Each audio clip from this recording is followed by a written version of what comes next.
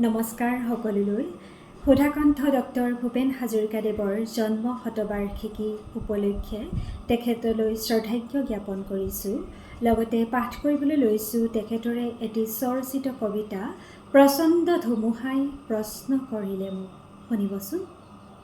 প্ৰচণ্ড ধুমুহাই প্ৰশ্ন কৰিলে মোক, তোমাৰ প্ৰাপ্য কি কোৱা?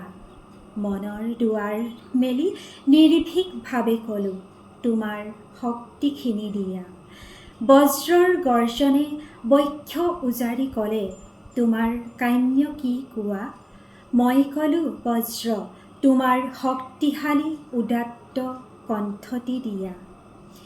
এদিন আকাশে ক'লে, জনৈক গীতিকাৰে, অকণি আকাশ দেখোঁ মাগে, তুমি কিয় আজি বাৰু কম্পিত কণ্ঠেৰে মাগিছা সৰ্বাকাশ সত্তা?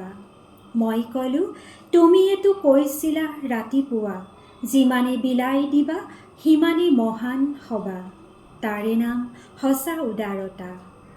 সেয়েহে আকাশ, তুমি দিব যদি খুজিছাই সংকীৰ্ণতা এৰি দিয়া, অৱদান ৰূপে তোমাৰ পূৰ্ণ বিশালতা। দিয়া যদি আজিয়েই দিয়া। মহাকাশে দিলে মোক বিশাল দৃষ্টি, আৰু ধুমুহাই প্ৰচণ্ড শক্তি। বজ্ৰই দিলে মোক উদাত্ত কণ্ঠ, আৰু দিলে সাহসৰ যুক্তি।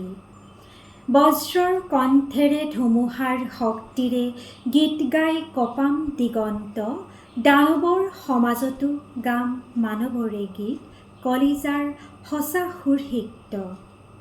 মুমূৰ্ষু মানৱক জীৱনৰ বিদ্যুৎ কিঞ্চিতো যদি দিব পাৰোঁ, আকাশ ধুমুহা আৰু বজ্ৰক তাৰ বাবে শতবাৰ প্ৰণিপাত কৰোঁ। ধন্যবাদ।